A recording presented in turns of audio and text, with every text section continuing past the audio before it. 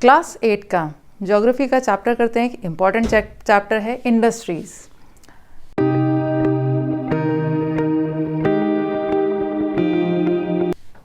Industries का सबसे पहले तो समझने की ज़रूरत है कि इंडस्ट्रीज है क्या। इकोनॉमिक एक्टिविटी है। इकोनॉमिक एक्टिविटी मतलब पैसा अर्न करने के लिए जो एक्टिविटी की जा रही है, that is concern with production of goods, या तो कोई सामान बनाना, या एक्सट्रैक्शन ऑफ मिनरल्स निकालना, या प्रोविजन ऑफ सर्विसेज प्रोवाइड करना।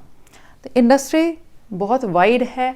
इसका मतलब पैसा अर्न करने के लिए जो भी किया जा रहा है वो सारी चीज़ें इंडस्ट्री के अंदर आती है।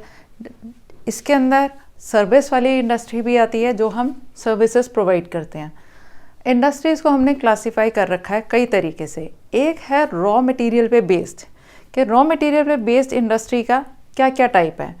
एक है एग्रो बेस्ड, जैसा नाम से पता चल रहा है एग्रीकल्चर से जो चीज़ें हमें मिलती हैं, खेती से जो चीज़ें मिलती हैं, वो एग्रो बेस्ड इंडस्ट्री है। लाइक कोई बिस्किट्स बन रहे हैं, शुगर बन रही है शुगर केन से, एग्रो बेस्ड इंडस्ट्री है। और कॉटन का कपड़ा बन रहा है तो भी वो एग्रो बेस्ड इंडस्ट्री है, क्योंकि रॉ मटेरियल कहाँ से आ रहा है, एग्रीकल्चर से। मिनरल बेस्ड इंडस्ट्री, जहाँ पे मिनरल का एक्सट्रैक्शन या उसको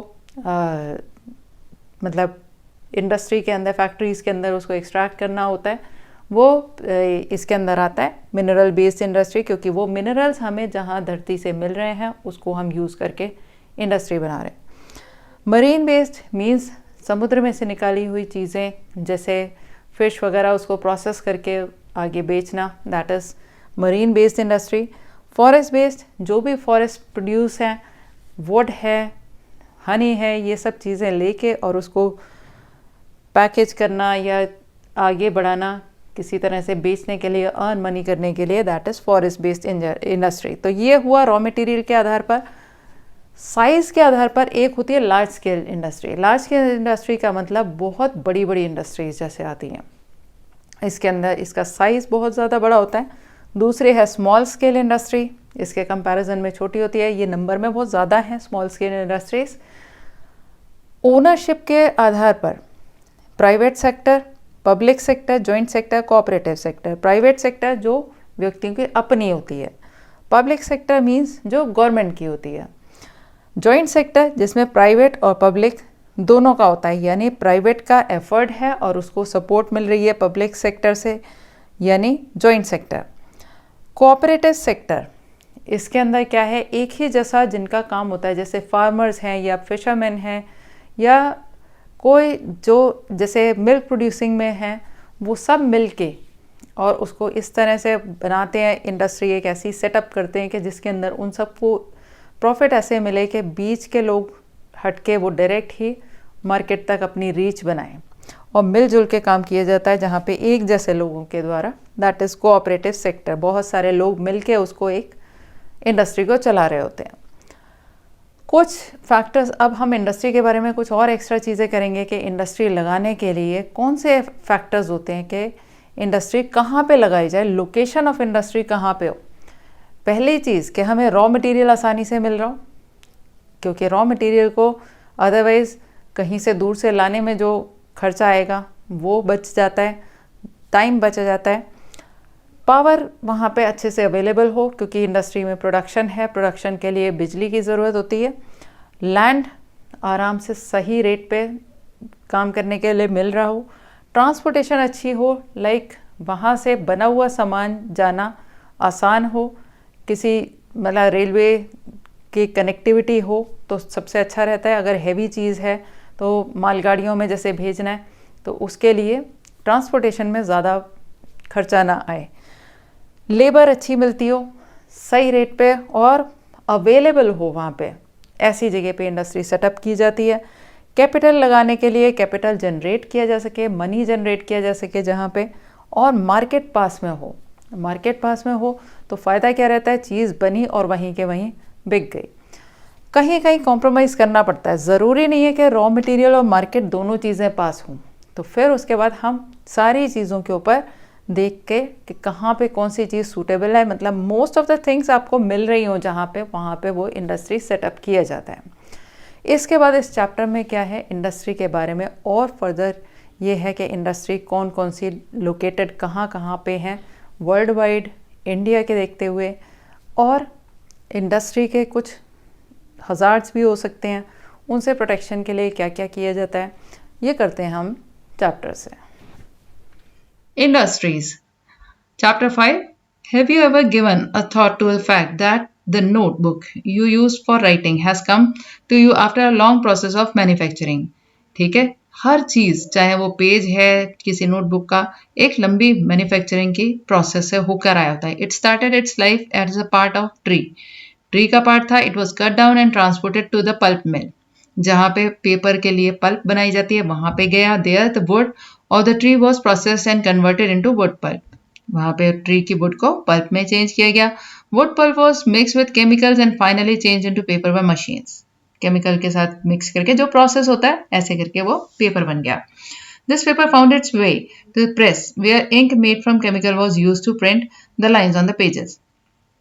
अब इसके बाद दूसरा प्रोसेस चला कि इंक से उसकी लाइन बनाई गई।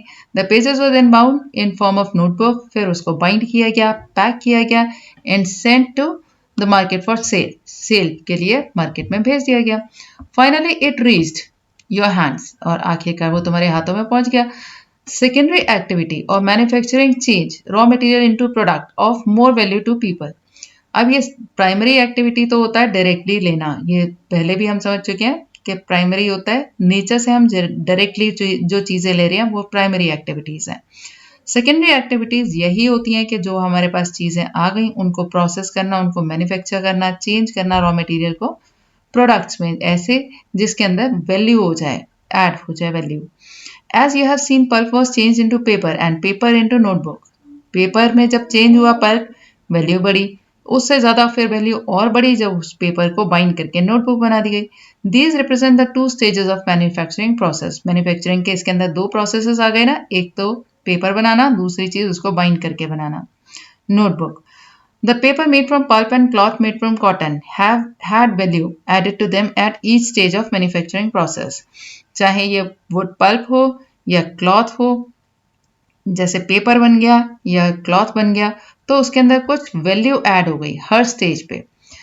इन this way the finished product has more value and utility than raw material. जो चीज बन के हमारे सामने आती है उसकी वैल्यू बढ़ जाती है ना as compare to raw material that it is made from. जिससे वो बना हुआ है रॉ मटेरियल से, उससे ज्यादा उसकी वैल्यू हो जाती है, इसीलिए इंडस्ट्री है।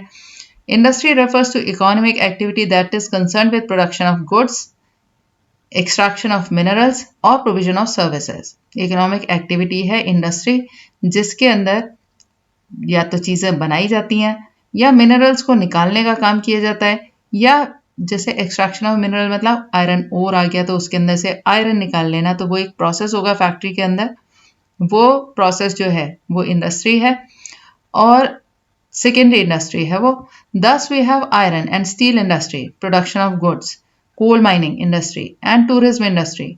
और तीसरी टाइप की इंडस्ट्री ये प्रोविजन ऑफ सर्विसेज होती है कि सर्विसेज प्रोवाइड कर रहे हैं, जैसे टूरिज्म इंडस्ट्री है सर्विसेज प्रोवाइड कर रही है।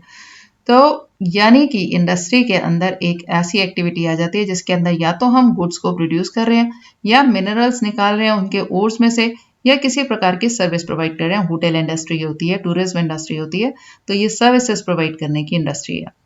क्लासिफिकेशन ऑफ इंडस्ट्रीज, अब इंडस्ट्रीज को हमें क्लासीफाई करना है तो हम करते हैं उसका कोई बेसिस लेना होगा।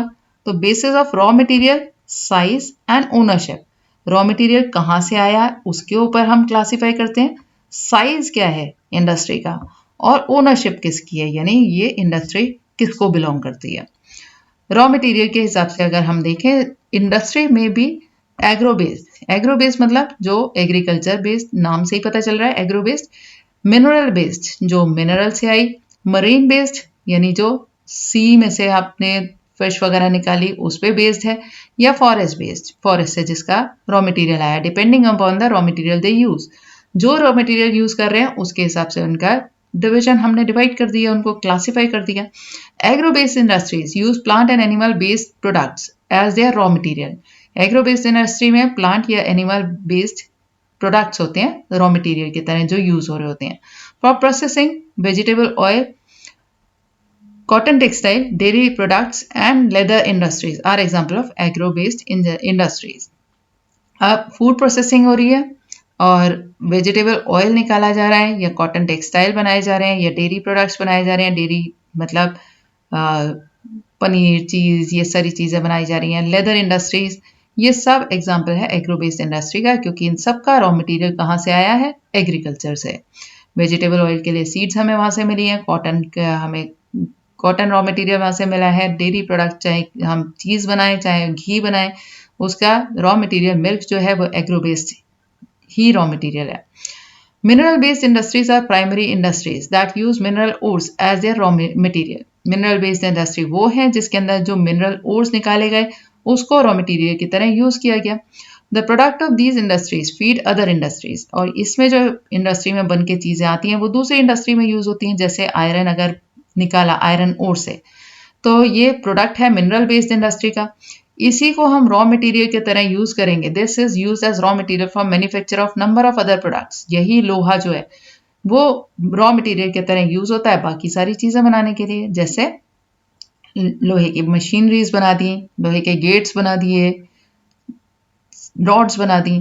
सच as heavy machinery, building material, heavy machinery बन गई उसमें से लोहे में से, या बिल्डिंग मटेरियल बन गया जैसे सरिये होते हैं, रेलवे कोचेस बन गए। ठीक है। Marine based industry use product from sea and ocean as raw material. Sea और ओशन से जैसा इसका नाम है वैसे ही ओशन या सी से इसका रॉ मटेरियल आता है। इंडस्ट्रीज प्रोसेसिंग सी फूड और manufacturing fish oil. Sea food को प्रोसेस करना, कि उसको इस तरह से डिब्बा बंद कर दिया कि आगे काफ़ी लाइफ हो जाती है, उसकी देर तक रखा जा सकता है, फ्रोजन उनको पैक कर दिया, या फिश ऑयल निकाला। ये सब एग्जाम्पल है मेरीन बेस्ड इंडस्ट्री के। Forest based industry utilize forest produce as raw material. Forest से मिला हुआ रॉ मटेरियल यूज कर रही है forest based industry. The industry associated with forest are pulp and paper, pharmaceuticals, furniture and buildings. और forest से हमें क्या क्या मिल सकता है? उससे क्या है? पल्प या पेपर की इंडस्ट्री, क्योंकि पेपर जो है वो ट्रीज से बनेगा, ट्रीज आए जंगल में से, या ट्रीज जो आए उससे फर्नीचर या बिल्डिंग का सामान बना, या फार्मास्यूटिकल्स जो दवाइयाँ हमें मिली उससे, जड़ी बूटियों से दवाइयाँ बनाई गई। अब एक तो ये हो गया रॉ मटेरियल के आधार पे क्लासिफिकेशन। दूसरा क्लासिफिकेशन है साइज के हिसाब से, कि क्या साइज है इंडस्ट्री का। It refers to the amount of capital invested, number of people employed and volume of production. Size हम देख रहे हैं कि कितना पैसा लगाया गया। कैपिटल इन्वेस्टेड मतलब जो पैसा लगाया जाता है। नंबर ऑफ पीपल, कितने लोग वहां पे एम्प्लॉयड हैं, और क्या वॉल्यूम है प्रोडक्शन की, प्रोडक्शन कितना निकल रहा है। तो साइज के आधार पे, based on size, industries can be classified into small scale, large scale industry. Small scale industry हो सकती है, लार्ज स्केल इंडस्ट्री हो सकती है। कॉटेज और household industries are type of small scale industry where the products are manufactured by hand by artisans. तो cottage industry हम उसको बोलते हैं जो कोई घर में ही बैठ के कोई चीज़ें बना रहा होता है, उसको कॉटेज या हाउस होल्ड इंडस्ट्री बोलते हैं। ये स्मॉल स्केल इंडस्ट्री के अंदर आते हैं, जहाँ पे प्रोडक्ट्स को बनाया जाता है हाथों से। आर्टिसंस जो उसके एक्सपर्ट होते हैं वो बैठ के बनाते हैं। Basket weaving, pottery and other handicrafts are example of cottage industry. Basket weave करना, पॉटरी बनाना, हैंडीक्राफ्ट्स, हाथ से कितने सुंदर चीज़ें बनाना, ये सब कॉटेज इंडस्ट्री के अंदर है। Small scale industries use lesser amount of capital. Obviously इसके अंदर कम अमाउंट ऑफ कैपिटल लगता है, एंड टेक्नोलॉजी भी, as compare to the large scale industry that produce large volumes of products. Large scale industry जबकि बहुत सारी वॉल्यूम प्रोडक्ट्स की प्रोड्यूस कर रही होती है, और उसके अंदर कैपिटल भी ज़्यादा लगा होता है। Investment of capital is higher and technology used is superior in large scale industry. Investment capital का भी ज़्यादा होता है और टेक्नोलॉजी का यूज ज़्यादा होता है। Self weaving and food processing industries are small scale industry. Self को वीव कर रहे हैं, या कॉटन से कपड़ा बना रहे हैं, या प्रोसेसिंग ऑफ ये फूड प्रोसेसिंग हो रही है, अचार पापड़ वगैरह बन रहे हैं, ये स्मॉल स्केल इंडस्ट्री में आती हैं। या फूड को और भी फूड प्रोसेसिंग, जैम, सॉसेस वगैरह बनाने। Production of automobiles and heavy machinery are large scale industry. और लार्ज स्केल इंडस्ट्री के अंदर ऑटोमोबाइल्स या हैवी मशीनरी आ जाते हैं। ये हुआ साइज के आधार पर। अब है ओनरशिप के आधार पर कि ये इंडस्ट्री बिलोंग किसको करती है। Industries can be classified into private sector, state owned, state owned मतलब जो गवर्नमेंट का है, और पब्लिक सेक्टर। स्टेट ओन्ड को हम पब्लिक सेक्टर भी बोलते हैं, यानी गवर्नमेंट की जितनी ओनरशिप में इंडस्ट्री चलती है उसको पब्लिक सेक्टर बोलते हैं। जॉइंट सेक्टर जिसके अंदर प्राइवेट का भी हिस्सा है और गवर्नमेंट का भी हिस्सा है, वो जॉइंट सेक्टर हो गया। और कोऑपरेटिव सेक्टर, कोऑपरेटिव सेक्टर पता है कि एक जैसे इंटरेस्ट वाले लोग इकट्ठे होकर जो काम चलाते हैं, that is cooperative sector. Private sector industries are owned by and operated by individual or a group of individuals. Private sector industry ऐसी है जिसमें एक व्यक्ति ने शुरू कर दी या 3-4 जने, जितने भी लोग हैं उन्होंने मिलकर जो शुरू करी है वो प्राइवेट है। Public sector industries are owned and operated by government. Government जिसको ऑपरेट कर रही है, ओन कर रही है, वो पब्लिक सेक्टर है, such as Hindustan aeronautical limited, Hindustan aeronautics limited and steel authority of India limited. ये बड़ी इंडस्ट्रीज गवर्नमेंट की है, यानी कि ये कौन सा सेक्टर है? Public sector. Joint sector industries are owned and operated by state and individuals और a group of individual. Joint sector जैसा नाम से ही पता चल रहा है कि इसके अंदर प्राइवेट भी होते हैं और गवर्नमेंट का भी हिस्सा होता है। मारुति उद्योग limited is example of joint sector industry. Maruti उद्योग के अंदर कुछ पैसा गवर्नमेंट का है, कुछ बाकियों का प्राइवेट का है। Cooperative sector industries are owned and operated by the producer or suppliers of raw material. जो producers हैं या supplier हैं raw material के, workers हैं या दोनों, यानी कि जो cooperative sector की industry है उसका ownership जो है और उसको चलाना जो है वो producers या supplier of raw material ही कर रहे होते हैं। जैसे जो रॉ मटेरियल सप्लाई कर रहा है उसी ने एक इंडस्ट्री लगा ली, मिलजुल के एक जैसे लोगों ने जो एक जैसा काम कर रहे हैं, और वर्कर्स भी हो सकता है मिलके उसके साथ लगा लें। Anand milk union limited, Sudha dairy are success stories of cooperative venture. जैसे मिल्क प्रोड्यूस करने वाले सारे लोगों ने मिलके जो लगाई वो कोऑपरेटिव वेंचर है। अमूल का example. Factors affecting location of industry, ये एक इंपॉर्टेंट चीज है कि फैक्ट्री लोकेटेड कहाँ पे हो वो किस चीज पे डिपेंड करती है। ये एक साइड में दे रखा है। वाटर मिल जाए आसानी से, मार्केट पास में हो, कैपिटल जहां पे आसानी से लग सके, लेबर मिल जाए सस्ती और मतलब जितनी रिक्वायरमेंट है उतनी आसानी से मिल जाए, और रॉ मटेरियल कच्चा माल जो मिल जाए। अदरवाइज क्या होता है कि अगर हमें रॉ मटेरियल दूर से मिल रहा है तो उसको कैरी करके लाने के लिए उसको लोड कराना, अनलोड कराना, ये सब, और जो बीच में ट्रांसपोर्टेशन पे आएगा वो खर्चा बच जाता है अगर रॉ मटेरियल के पास में इंडस्ट्री सेटअप हो। पावर सप्लाई पूरी होनी चाहिए जिससे कि बिजली की सप्लाई चाहिए इंडस्ट्री चलाने के लिए। अगर जिस टाइम बिजली नहीं आती है तो फिर क्या होता है, प्रॉब्लम होती है कि हमने सब इन्वेस्ट भी कर रखा है लेकिन हम ऑपरेट नहीं कर पा रहे हैं। लैंड अवेलेबल हो, ट्रांसपोर्ट फैसिलिटीज वहाँ पे अच्छी हो, कम्युनिकेशन अच्छा सा बन जाए, तो that place is ideal for location of industries. अब ये क्या होता है, इसके अंदर से एक आध फैक्टर हो सकता है दूर हो, तो उसको हम देखते हैं कि सबसे ज्यादा सुटेबल कौन सी सिचुएशन बनती है। The factors affecting the location of industries are availability of raw material, के रॉ मटेरियल आसानी से अवेलेबल हो, लैंड हो, water, labour, power, capital, transport और मार्केट, सब चीजें ये आसानी से मिल जाए। जैसे लेबर है, लेबर आसपास में कुछ ऐसा इलाका हो जहां से लेबर एक कांस्टेंट रूप में मिलती रहे, तो वो इलाका होना चाहिए, वो चूज किया जाता है लोकेशन के लिए इंडस्ट्री की।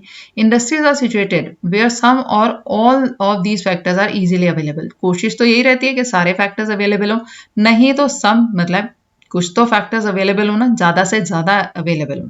Sometimes the government provides incentives like subsidised power. कभी कभी गवर्नमेंट जो है इंसेंटिव्स दे रही होती है सपोर्ट करने के लिए इंडस्ट्रीज को। सब्सिडाइज पावर, सब्सिडाइज्ड का मतलब एक ऐसी चीज जो आपको पैसे पूरे आपको नहीं देने पड़ते, थोड़ा पार्ट उसमें से गवर्नमेंट पे करती है। लोअर ट्रांसपोर्ट कॉस्ट, ट्रांसपोर्टेशन की कॉस्ट वहां पे कम हो, एंड अदर इंफ्रास्ट्रक्चर, दूसरा इंफ्रास्ट्रक्चर जैसे सही हो, ट्रांसपोर्टेशन आसान से हो जाए, कम्युनिकेशन आसानी से चल जाए, सो दैट इंडस्ट्री में बी लोकेटेड इन बैकवर्ड एरियाज। तो गवर्नमेंट क्यों ऐसे सपोर्ट करती है, क्यों प्रोवाइड करती है इंसेंटिव्स, कि इंफ्रास्ट्रक्चर अच्छा दे दे, ट्रांसपोर्ट की कॉस्ट कम कर दे, सब्सिडाइज पावर दे दे, ताकि वो कुछ जहां पे चाहते हैं कि कोई एरियाज बैकवर्ड रह गए हैं तो वहां पे भी इंडस्ट्रीज आए, वहां के लोगों को एम्प्लॉयमेंट मिले, वो एरिया भी डेवलप कर जाए। इसलिए गवर्नमेंट इस तरह के इंसेंटिव्स प्रोवाइड करती है। Industrialisation often leads to development and growth of towns and cities. और इंडस्ट्रियलाइजेशन से होता क्या है, उससे डेवलपमेंट होता है और ग्रोथ होता है टाउन और सिटीज का। जैसे कोई पुराना पिछड़ा एरिया होता है तो वो डेवलप करके टाउन या सिटीज में कन्वर्ट हो जाता है, एम्प्लॉयमेंट सबको मिल रहा होता है, तो धीरे धीरे राइज कर जाते हैं और वो उनका जो वहाँ के रहने वाले लोग हैं उनका डेवलपमेंट अच्छा हो जाता है। Industrial system. अब इंडस्ट्रियल सिस्टम हम किसको बोलते हैं? An industrial system consist of inputs, process and output. कोई भी चीज इंडस्ट्रियल सिस्टम में के पहले उसके अंदर हम डाल क्या रहे हैं, रॉ मटेरियल वगैरह, लेबर, कैपिटल जो भी लगा रहे हैं हम, that is called input. Process का मतलब कि फिर वो उसमें मशीनरी जो चलेगी उसको प्रोसेस करेगी, और आउटपुट मतलब जो फाइनल चीज बन के निकलेगी। तो inputs are the raw material, labour and cost of land, transport, power and other infrastructure. Input ये है जो हमने लगाया, लागत जिसको हम कहते हैं। The process include a wide range of activities. और प्रोसेस के अंदर बहुत सारी एक्टिविटीज आती हैं that convert the raw material into finished products. जिससे रॉ मटेरियल लिया उसको फिनिश प्रोडक्ट में कन्वर्ट किया। जैसे कॉटन अगर ली और कपड़ा बनाया तो उसके अंदर बहुत सारे प्रोसेस होंगे ना, कि पहले उसकी सीड्स अलग की गई, फिर उसको स्पिन किया गया, फिर उससे वीव किया गया, कलर किया गया, है ना, बहुत सारे जितनी चीजें आती हैं। तो इसके लिए इसलिए बोला रेंज ऑफ एक्टिविटीज, बहुत सारी एक्टिविटीज होती हैं प्रोसेस में। The output are the end product, जो बन के फाइनली निकला किसी इंडस्ट्री में से, that is called end product. And the income earn from it, जो उससे इनकम अर्न करी वो भी तो उसका एंड प्रोडक्ट हो गया।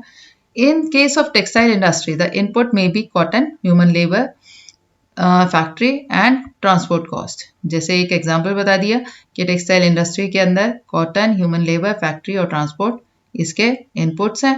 द प्रोसेस इंक्लूड, प्रोसेस के अंदर ginning, spinning, weaving, dyeing and printing आ गया। और आउटपुट क्या है, वो जो शर्ट आपने पहन रखी है, अगर वो टेलरिंग भी कर रहे हैं तो शर्ट आएगी, अगर टेलरिंग ना करके सिर्फ कपड़ा बेच रहे हैं तो वो क्लॉथ आएगा। अब इंडस्ट्रियल रीजन्स, ये है कि इंडस्ट्रियल रीजन भी डेवलप हो गए हैं, कुछ ऐसे एरियाज हो गए हैं जहां पे इंडस्ट्री कुछ ज्यादा डेवलप कर गई हो। तो industrial region emerge when a number of industry locate close to each other. जब बहुत सारी इंडस्ट्रीज एक दूसरे के आसपास स्थित हो जाती हैं तो वो इंडस्ट्रियल रीजन बन जाते हैं। And share the benefits of their closeness, आसपास होने के फायदे भी लेते हैं। कैसे कि जहां पे लोहा प्रोसेस होके ओर में से आयरन निकाला जा रहा है, उसी के पास में कोई हैवी मशीनरी बनाने वाली इंडस्ट्री और लगी हुई है, तो उसे आयरन आसानी से मिल जाएगा ना, बना बनाया। Major industrial region of the world are eastern, और इसी कारण से कि ताकि अवेलेबल हो इंडस्ट्री, कई बार दूसरी इंडस्ट्री के पास सेटअप कर दी जाती है, इसी कारण से कुछ इंडस्ट्रियल रीजन्स बन गए हैं। अगर हम देखें तो पूरे वर्ल्ड में भी और इंडिया में भी। तो मेजर इंडस्ट्रियल रीजन वर्ल्ड के तो नॉर्थ अमेरिका में है, western eastern North America, western and central Europe में, eastern Europe and eastern Asia. ये नीचे मैप दे रखा है, इसके अंदर डिफरेंट इंडस्ट्रीज दिखा रखी हैं, ये इंडस्ट्रियल एरियाज बन जाते हैं। Industrial region tend to be located in the temperate areas near sea port. ये कहाँ कहाँ होते हैं, देखो टेम्परेट एरिया क्यों, क्योंकि थोड़ा टेम्परेचर ठीक ठाक सा रहेगा, ऐसे में होते हैं अधिकतर, या सी पोर्ट्स के पास में। सी पोर्ट के पास में क्यों, क्योंकि ट्रांसपोर्टेशन आसानी हो जाएगी ना, वहां से उसको बाहर भेजना आसान हो जाता है। And specially near coal fields के पास क्यों, क्योंकि most of the industry require coal in a big amount, ज्यादा अमाउंट में कोल हमें चाहिए होता है उसको हीट अप करने के लिए। तो कोल फील्ड्स के पास मिलेंगे या सी पोर्ट के पास, सी पोर्ट के पास है तो उसको ट्रांसपोर्ट करना आसान हो जाता है। इंडिया है several industrial region like Mumbai Pune cluster, Mumbai से लेकर पुणे तक का एक इंडस्ट्रियल क्लस्टर है। बेंगलोर तमिलनाडु रीजन है, हुगली रीजन है, अहमदाबाद बड़ौदा रीजन है, छोटा नागपुर इंडस्ट्रियल बेल्ट है, छोटा नागपुर प्लेट्यू पे, विशाखापट्टनम गुंटूर बेल्ट है, गुड़गांव दिल्ली मेरठ रीजन है, and Kollam Thiruvananthapuram industrial cluster है। ये ऐसी जगह हैं जहां पे इंडस्ट्रीज एक साथ बहुत सारी हैं। अब इसके बाद आता है industrial disaster. In industries accidents और disaster mainly occur due to technical failure और irresponsible handling of hazardous material. जो खतरनाक मटेरियल है उसको हैंडल करने में या इररिस्पॉन्सिबिलिटी के कारण या टेक्निकल फेलियर अगर होता है तो उसके कारण कई बार हजार्ड भी हो जाते हैं. One of the worst industrial disaster of all time occurred in Bhopal in on December 3 in 1984 around 3 AM. ये एक बहुत बड़ा डिजास्टर हुआ था, इंडस्ट्रियल डिजास्टर भोपाल में. भोपाल गैस ट्रेजेडी बोला जाता है इसको. It was a technical accident in which highly poisonous methyl isocyanate gas along with hydrogen cyanide and other reaction products leaked out of pesticide factory of Union Carbide. Union Carbide की pesticide factory थी, उसमें से ये खतरनाक gases जो थी वो leak कर गई थी. Official death toll was 3,598 in 1989. ये ऑफिशियल के कितने लोग मरे थे वो ये था. सोचो रात के 12:30 बजे की बात थी. तो इस टाइम पे most of the laborers were sleeping around this factory. Thousands who survived still suffer from one or many ailments like blindness, impaired immune system, gastrointestinal disorder, etc. जो survive भी कर गए, कुछ तो वहीं डेथ हो गई थी. जो survive करे उनको बहुत सारी problems बाद में भी बनी रही. Another accident on 23rd December 2005 due to gas well blowout in Guangzhou, Chongqing, China. China में ये बहुत बड़ा डिजास्टर माना जाता है. 243 people died, 9,000 were injured and 64,000 were evacuated. तो इतनी बड़ी प्रॉब्लम आई थी. Many people died because they were unable to run after the explosion. एक एक्सप्लोजन हो गया था गैस के कारण, तो लोग भाग भी नहीं पाए. Those who could not escape in time suffered Burns in their eyes, skin and lungs from gas. जो वहां से भाग नहीं पाए उनके आईज में, स्किन में, लंग्स में प्रॉब्लम हो गई और वो प्रॉब्लम भी काफी टाइम तक रही. रिस्क रिडक्शन मेजर्स, तो ये रिस्क जो इंडस्ट्रीज के साथ रिलेटेड है उसको हमें कम करने के कुछ मेजर्स सोचने चाहिए ना. Densely populated residential areas should be separated far away from industrial areas. सबसे पहली बात है कि इंडस्ट्रियल एरियाज के आसपास कोई रेजिडेंशियल एरियाज नहीं होना चाहिए. इन केस ऑफ गैस लीक और समथिंग एल्स, कम से कम बाहर रेजिडेंशियल एरिया के लोग तो सफर ना करें. People staying in vicinity of industries should be aware of storage of toxin and hazardous substance and their possible effects in case of accident occurs. और जो लोग उसकी फैक्ट्री की विसिनिटी मतलब उसी के एरिया के अंदर रह रहे हैं तो उनको अवेयरनेस होनी चाहिए कि कौन सी चीज टॉक्सिन है, हजार्डस है. In case of any accident what to do and what not to do. Fire warning and fighting system should be improved. Fire warning system और फाइटिंग सिस्टम की एकदम से उसको कोई चीज अगर हो गई तो उसको फाइट कैसे करना है वो इम्प्रूव करना चाहिए. Storage capacity of toxic substances should be limited. कि स्टोरेज कैपेसिटी लिमिटेड रखनी चाहिए. ऐसा ना हो कि बहुत ज्यादा अमाउंट में स्टोर्ड हो कोई चीज ऐसी टॉक्सिक जो इन केस ऑफ लीकेज और सम एक्सप्लोजन ऐसा ना हो कि बहुत बड़ा अमाउंट हो चीज का और वो बहुत ज्यादा लोगों को नुकसान करे. Pollution dispersion qualities in the industry should be improved. और पोल्यूशन को कम करने की वो तरीके भी होने चाहिए. डिस्पर्जन मतलब जैसे उसको एक जगह पे ना एक्यूमुलेट होने दिया जाए, पोल्यूशन को डिस्पर्स कर दिया जाए. Distribution of major industries. अच्छा, एक इसमें देखना, emerging industries are also known as sunrise industry. जो नई नई इंडस्ट्री बन रही होती है ये बहुत इंपॉर्टेंट है, उनको सनराइज इंडस्ट्री बोलते हैं. These include information technology, wellness, hospitality and knowledge. तो इसके अंदर आती है सनराइज इंडस्ट्रीज के अंदर आईटी इंडस्ट्री जितनी है कंप्यूटर वाली, वेलनेस एंड हॉस्पिटैलिटी, होटल्स या वेलनेस इंडस्ट्री जो हॉस्पिटल्स वगैरह हैं, और नॉलेज एजुकेशन के अंदर. स्मेल्टिंग इसके अंदर ग्लॉसरी में दे रखा है. स्मेल्टिंग वो प्रोसेस है जो मेटल को एक्सट्रैक्ट करने के लिए होता है ओर्स में से. Heating beyond the melting point, melting point से ऊपर जब गर्म किया जाता है. अब आते हैं the world's distribution of major industries. Industries कहाँ कहाँ पे कैसे डिस्ट्रीब्यूटेड है, this you have to learn. एक इसका वो बना लेना टेबल और इसके अंदर लिख के जल्दी लर्न हो जाएगा. The world's major industries are iron and steel industry, textile industries and information technology industry.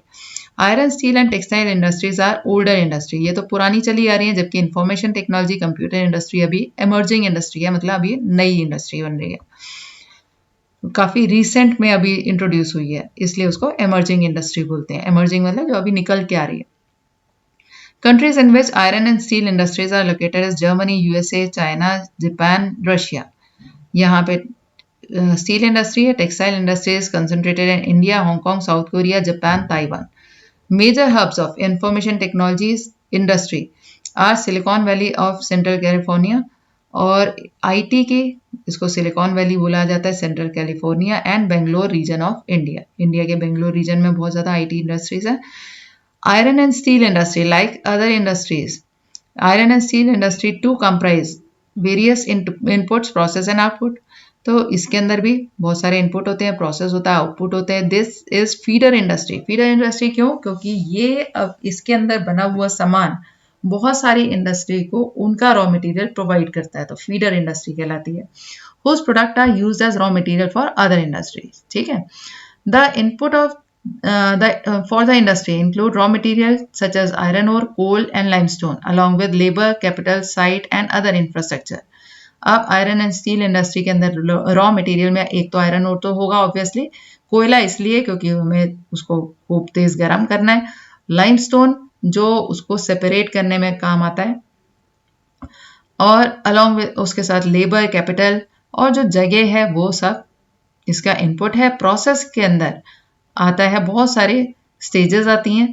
The raw material is put in blast furnace, भट्टी में रखा जाता है जहाँ बहुत गर्माई दी जाती है। वेयर इट अंडरगो स्मेल्टिंग, जहाँ स्मेल्टिंग का प्रोसेस चलता है। स्मेल्टिंग प्रोसेस हम समझ चुके हैं पहले। इट इज देन रिफाइंड, फिर उसे क्लियर किया जाता है, क्लीन किया जाता है। The output obtained is steel which may be use for other industries as raw material. Steel मिल गई और वो इंडस्ट्री में यूज होती है। इसके अंदर बता रखा है 1 टन स्टील बनाने के लिए हमें पास क्या क्या चीजें यूज हुई हैं। Steel is tough and it can be easily be shaped, cut and made into wire। Steel tough है, शेप करना आसान है, वायर भी बन सकते हैं। Special alloys of steel can be made by adding small amount of other metals। कुछ हम और भी बना देते हैं अलॉयज। अलॉयज मतलब मिक्स्ड मेटल को अलॉयज बोलते हैं।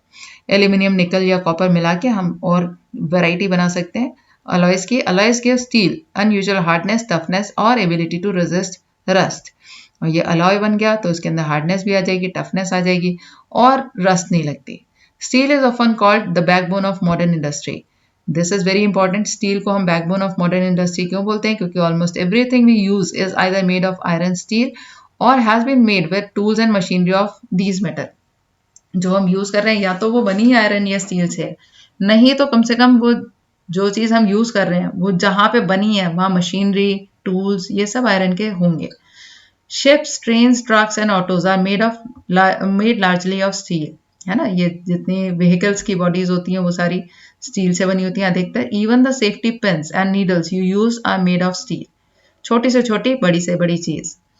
Oil wells are drilled with steel machinery।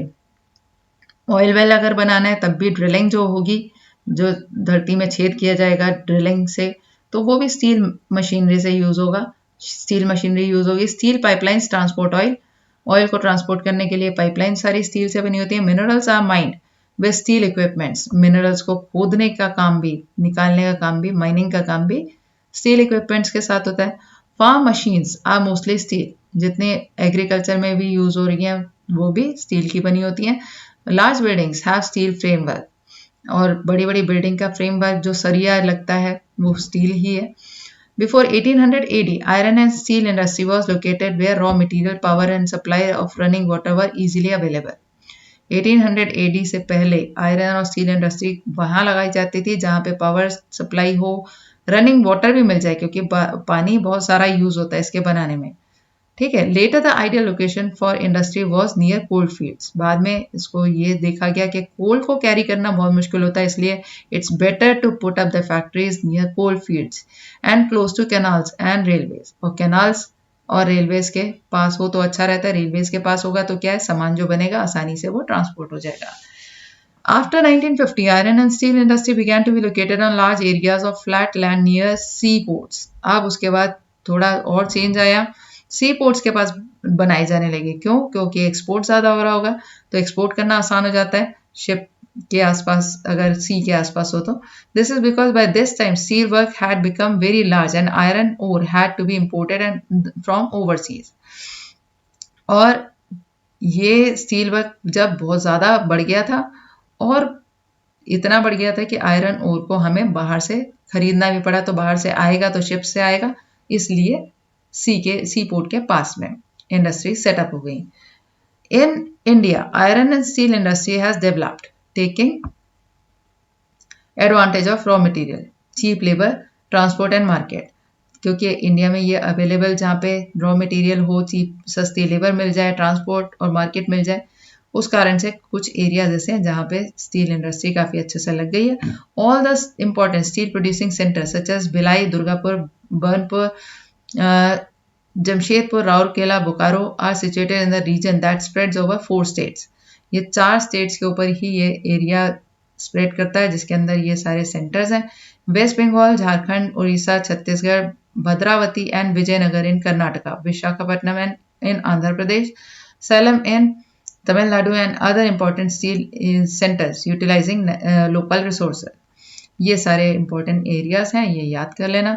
India steel production increase from 1 million tonne in 1947 to 30 million tonne in 2002। कितना ज़्यादा इंक्रीज हुआ है। Tata iron and steel company, Jamshedpur. 1947 से पहले there was only 1 iron and steel plant in the country. आज़ादी से पहले हमारे पास सिर्फ एक ही स्टील प्लांट था, Tata iron and steel company limited, TISCO. It was privately owned. After independence, the government took the initiative and set up several iron steel plants. और उसके बाद आज़ादी के बाद गवर्नमेंट ने इनिशिएटिव लिया और बहुत सारे आयरन स्टील प्लांट्स लगा दिए। TISCO was started in 1907 at Sakchi. 1907 में Sakchi near confluence of river Subarna Rekha and Kharkai in Jharkhand. ये सुबर्न रेखा के पास क्यों? पानी की अवेलेबिलिटी के लिए यहाँ पे लगाया गया था। Geographically Jamshedpur is most conveniently situated iron and steel centre in the country. Jamshedpur सबसे बढ़िया जगह पे लोकेटेड है। इसका रीज़न हम देख सकते हैं कि पानी आसानी से अवेलेबल है और जो जहाँ पे आयरन ओर मिलता है, रॉ मटेरियल आसानी से मिल जाता है। रीज़न अब इसका दे रखा है, Sakchi was chosen to set up steel plant for several reason. अब यहाँ पे चूज क्यों किया था लगाने के लिए टिस्को की फैक्ट्री? क्योंकि इसके कुछ रीजंस थे। This place was only 32 kilometre away from Kalimati station in Bengal Nagpur railway line. क्योंकि एक तो स्टेशन के पास, ट्रांसपोर्ट करना आसान, it was close to iron ore आसानी से मिलता है पास में।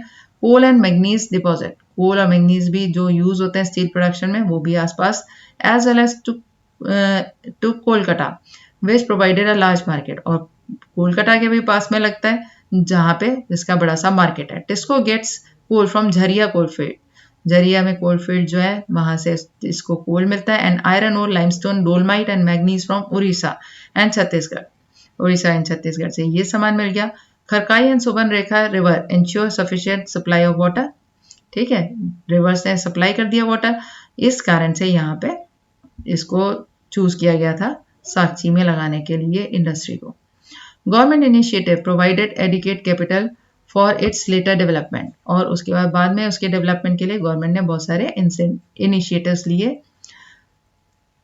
इन Jamshedpur several other industrial plants were set up after TISCO.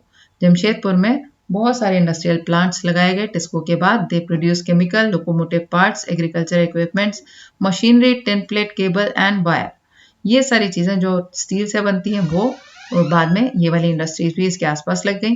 The development of iron and steel industry open the door to rapid industrial development in India.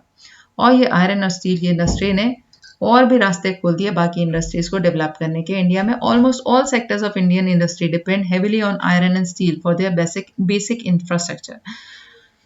बाकी सारी इंडस्ट्री भी heavily depend करती है आयरन और स्टील इंडस्ट्री पे अपना बेसिक इंफ्रास्ट्रक्चर बनाने के लिए। Indian iron and steel industry consist of large integrated steel plant as well as mini steel mills.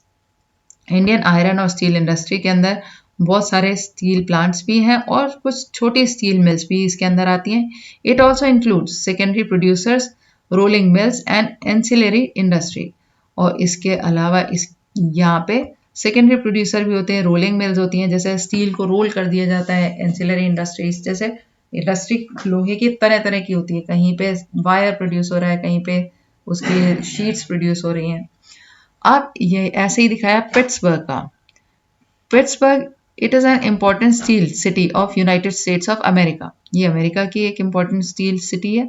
Steel industry at Pittsburgh enjoy local advantages. यहाँ पे एडवांटेजेस क्या है? Some of the raw material such as coal is available locally, coal वहीं पे मिल जाता है। While the iron ore comes from iron mines at Minnesota, about 1500 kilometre from Pittsburgh. Pittsburgh से बिल्कुल पास में 1500 किलोमीटर से ही यहाँ पे आयरन ओर आ जाता है.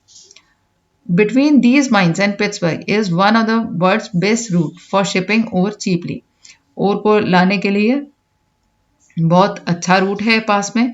The famous Great Lakes waterway. Great Lakes waterway trains carry the ore from Great Lakes to Pittsburgh area, Ohio, and Monongahela and Allegheny rivers provide adequate water supply. और water supply ये rivers पूरी कर देती हैं. Reason बता दिए कि क्यों वहां पे लगी हुई है. Today a very few of large steel mills are in Pittsburgh itself. आज बहुत कम स्टील मिल इंडस्ट्रीज है वहां पे. They are located in the valleys of Monongahela and Allegheny river above Pittsburgh. Pittsburgh से भी ऊपर उनको लगा दिया गया and along the Ohio river below it. Steel, finished steel is transported to the market by both land and water routes. Water route से या land route से कैसे भी उनको transport किया जाता है. Pittsburgh area has many factories other than steel mills. Steel mill के अलावा भी यहाँ पे बहुत सारी factories हैं. These use steel as their raw material to make many products such as railroad equipments, heavy machinery and rails. ये तो होता ही है. जहाँ पे स्टील की इंडस्ट्री लग जाती है तो आसपास ऐसी इंडस्ट्री लग जाती हैं जिनको रॉ मटेरियल वही इंडस्ट्री प्रोवाइड कर रही होती है. तो rail road equipment, heavy machinery वाली इंडस्ट्री भी इसके पास में लग गई. Cotton textile industry. Cotton weaving cloth from yarn is an ancient art. बहुत पुरानी आर्ट है ये. Cotton, wool, silk, jute, flax have been used for making cloth. ये सब चीजें यूज होती हैं क्लॉथ के लिए. Textile industry can be divided on the basis of raw material use in them. Raw material क्या यूज हो रहा है उसके हिसाब से हम अलग कर सकते हैं ना. जैसे fibre are raw material for industry. Fibre can be natural or man made. Natural भी हो सकता है, मैन मेड भी हो सकता है. Natural fibres are obtain from wool, silk, cotton, linen and jute. ये तो नेचुरल फाइबर के हो गए कि कहाँ से आता है. Man made fibre include nylon, polyester, acrylic and rayon. और ये मैन मेड फाइबर्स के अंदर सिंथेटिक फाइबर्स आ जाते हैं. The cotton textile industry is one of the oldest industries in the world. One of the oldest industries में आती है cotton industry. Till the industrial revolution in 18th century, cotton cloth was made using hand spinning techniques and looms. और 18th century तक तो हाथ से बनाया जाता था. जो लूम्स होते हैं ना, हैंड लूम्स बोलते हैं जिनको. 18th सेंचुरी में power loom facilitated. Power loom यानी जो बिजली से चलते थे वो आ गए और उससे development of cloth and cotton textile industry हो गया. First in great Britain and later in other parts of the world. सबसे पहले ग्रेट ब्रिटेन में और बाद में बाकी पार्ट्स में. Today India, China, Japan and USA are important producer of cotton textiles. Right, ये लर्न कर लेना है. India has glorious tradition of producing good quality of cotton textile. India के पास बड़ा अच्छा ट्रेडिशन था, बहुत अच्छे कॉटन टेक्सटाइल प्रोड्यूस करते थे. उसको लेने के लिए ही यहाँ पे ब्रिटिशर्स और ये सब फ्रेंच लोग आया करते थे. Before the British rule, Indian hand spun and hand woven cloth already had wide market. India के वोवन क्लॉथ जो हैंड से बनाए जाते थे उसका बहुत मार्केट था. Muslin of Dhaka, Chants of Masulipatanam, calicos of Calicut, gold wrought cotton pieces of Burhanpur, Surat and Vadodara were known worldwide for their quality and design. उनकी क्वालिटी और डिजाइन के लिए बहुत मशहूर थे, फेमस थे. और एट दैट टाइम इंडिया ने बहुत सारा पैसा अर्न भी किया था इस के कारण, क्योंकि यहाँ से कपड़ा खरीदने बहुत लोग आया करते थे. But the production of hand-woven cotton textile was expensive and time-consuming. हाथ से बनाने में टाइम भी ज़्यादा लगता है और टाइम ज़्यादा लगेगा तो एक्सपेंसिव भी ज़्यादा होगा. Hence, traditional cotton textile industry could not face the competition of new textile mills of West. West में जब कॉटन टेक्सटाइल मिल्स लगी, मिल्स के अंदर बना हुआ कपड़ा क्योंकि टाइम कम लगता है इसलिए उसका कीमत कम होती है, तो उसके साथ compete करना इसके लिए मुश्किल हो गया. Which produce cheap and good quality fabrics, क्योंकि मशीन जो है वो सस्ती और अच्छी क्वालिटी का फैब्रिक प्रोड्यूस कर देती है. The first successful modern textile mill was established in Mumbai in 1854. पहली सक्सेसफुल मॉडर्न टेक्सटाइल मिल 1854 में मुंबई में लगी थी इंडिया में. The warm moist climate, port for importing machinery, availability of raw material and skilled labour resulted in rapid expansion of the industry in the region. ये question आ जाता है कि इसको मुंबई क्यों सुटेबल है. तो वहाँ का वार्म और मॉइस्ट क्लाइमेट जो है, स्पिनिंग उससे आसान रहती है, पोर्ट जिससे आसानी से मशीनरी इंपोर्ट की जा सके, और रॉ मटेरियल क्योंकि वहाँ पे ब्लैक सॉइल है आसपास के एरियाज में, महाराष्ट्र एंड मध्य प्रदेश में, थोड़ा part Madhya Pradesh, most of the part in Maharashtra. तो वहाँ पे ब्लैक सॉइल में कॉटन बहुत अच्छा उगता है, तो कॉटन का रॉ मटेरियल पास में मिल जाता है, तो इसलिए वहाँ पे ये इंडस्ट्री सेटअप की गई थी। Initially this industry flourished in the states of Maharashtra and Gujarat because of favourable humid climate, और इसीलिए ये इंडस्ट्री फ्लरिश करी महाराष्ट्र और गुजरात में, क्योंकि अच्छा सा ह्यूमिड क्लाइमेट रहता है। But today humidity can be created artificially, लेकिन आजकल अगर ह्यूमिडिटी नहीं है तो फैक्ट्रीज में क्रिएट कर दी जाती है artificially. And cotton, raw cotton is a pure and not weight losing raw material. So अब ये देखो, raw material is pure and not weight losing raw material, so this industry has spread to other parts. अब जैसे इसके अंदर cotton जो है raw material है, इसका इतना वेट नहीं है ना, इसको कहीं भी कैरी करके आसानी से ले जाया जा सकता है, तो रॉ मटेरियल से अगर दूर भी है तो भी इंडस्ट्री सेटअप करने में फायदा निकल आता है। इसलिए अब ये इंडस्ट्री कहीं और पार्ट्स ऑफ इंडिया में भी मिलती हैं। Coimbatore, Kanpur, Chennai, Ahmedabad, Mumbai, Kolkata, Ludhiana, Pondicherry and Panipat are some other important centres जहाँ पे कॉटन की इंडस्ट्री लगी हुई है। Ahmedabad, it is located in Gujarat on the banks of Sabarmati River.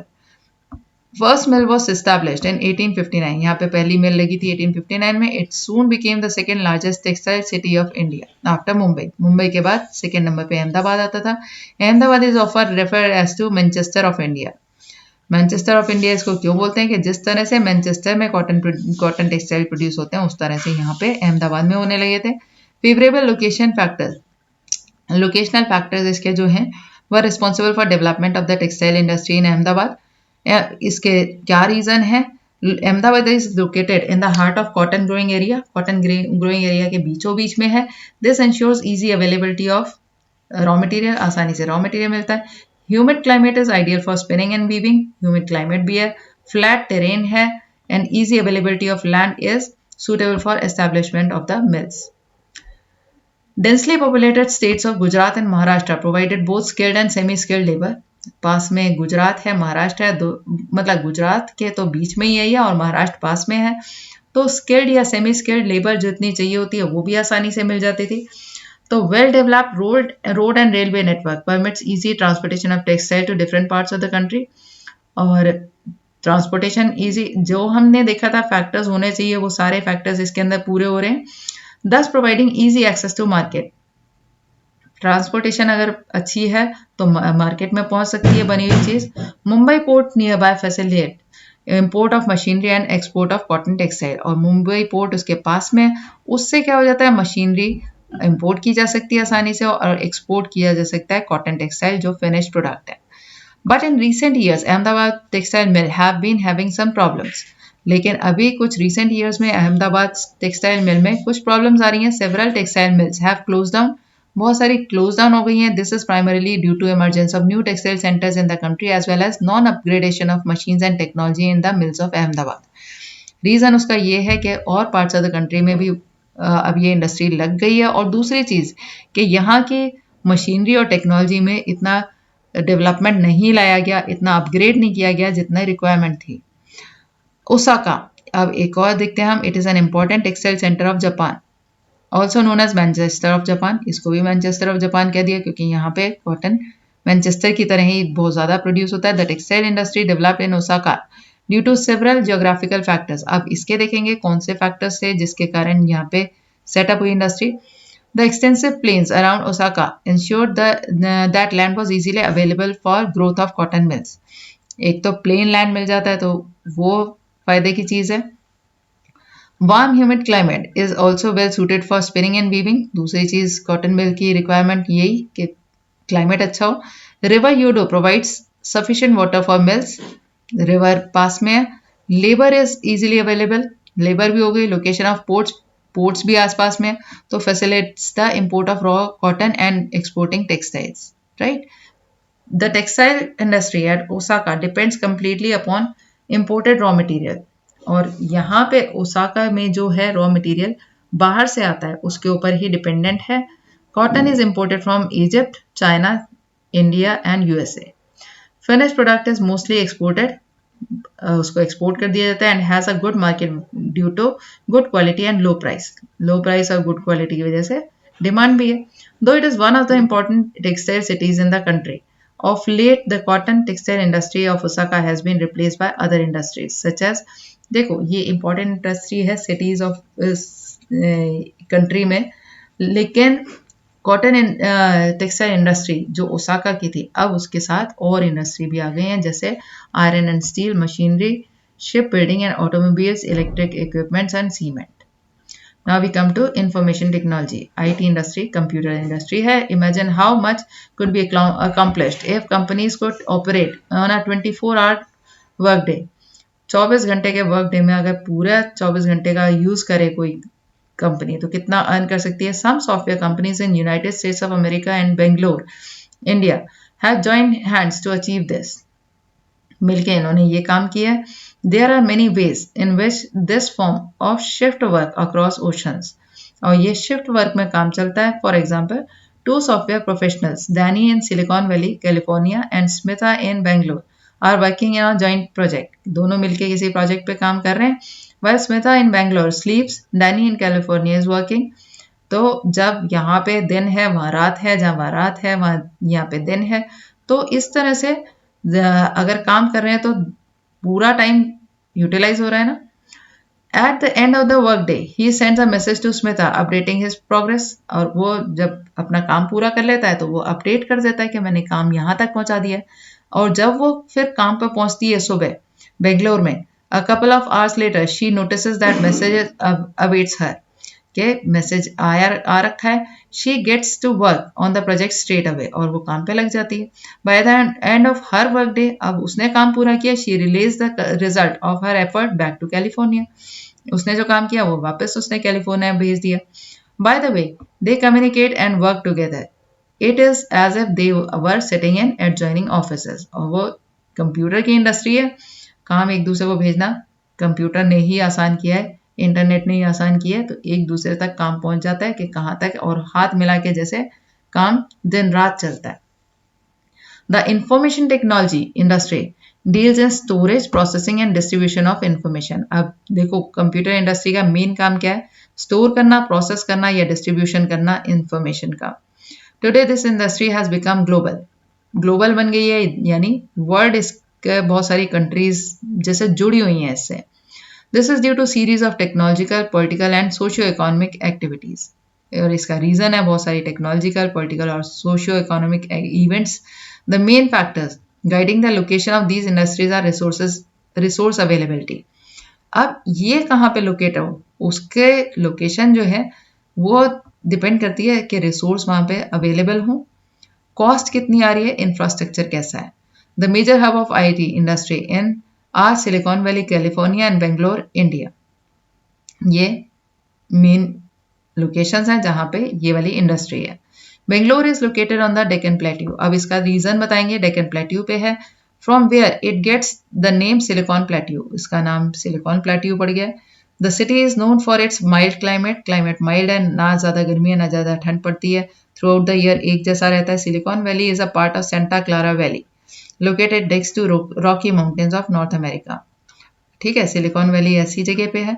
The area has temperate climate है, ना ज़्यादा गर्म ना ज़्यादा ठंडा, with temperatures rarely dropping below 0 degree centigrade. बहुत ही कभी ऐसा होता है 0 डिग्री सेंटीग्रेड से नीचे जाता हो temperature. The locational advantages of Silicon Plateau, Bangalore and Silicon Valley, California are discussed on the next page पे इसको डिस्कस भी कर रखा है. You may notice the similarities between the two cities, के दोनों में क्या सिमिलैरिटीज हैं. There are other emerging information technology hubs in metropolitan centres of India such as Mumbai. और भी कुछ इंफॉर्मेशन टेक्नोलॉजी के हब्स कहलाते हैं. हब मतलब जहाँ पे बहुत ज़्यादा ये वाली एक्टिविटीज़ होती है, ये वाली इंडस्ट्री ज़्यादा है, उसमें ज़्यादा एक्टिविटीज़ उसकी हो रही हैं जहाँ पे. तो यहाँ पे ये दिखा रखा है कि ये लोकेशन और मार्केट और स्किल्ड लोग मिल जाएं आसानी से जहाँ पे, वहाँ पे, और क्लाइमेट भी अच्छा हो, वहाँ पे ये इंडस्ट्री लगा लेना सही है. क्योंकि इसमें कोई ऐसा तो है नहीं कि कोई हैवी रॉ मटेरियल आ रहा है कहीं से. तो एक अच्छा एरिया जहाँ पे क्लाइमेट अच्छा है और जहाँ पे अच्छे एजुकेटेड लोग आसानी से मिल जाएं और जहाँ स्टे कर सकें. तो वो एरिया देख लेते हैं आईटी इंडस्ट्री के लिए। New Delhi, Hyderabad, Chennai, other cities such as Gurgaon, Pune, Thiruvananthapuram, Kochi and Chandigarh are also important centers of IT industry. However, Bangalore has always had a unique advantage as a city with highest availability of middle and top management talent. यहाँ पे management का talent पूरे अच्छे से मिलता है। That means यहाँ पे वो लोग मिल जाते हैं जिनका talent चाहिए इस industry को, तो इसलिए बेंगलोर जो है वो एक तरह से इंडिया में सबसे आगे है। So this was the chapter. I think it's now clear to you. Thank you.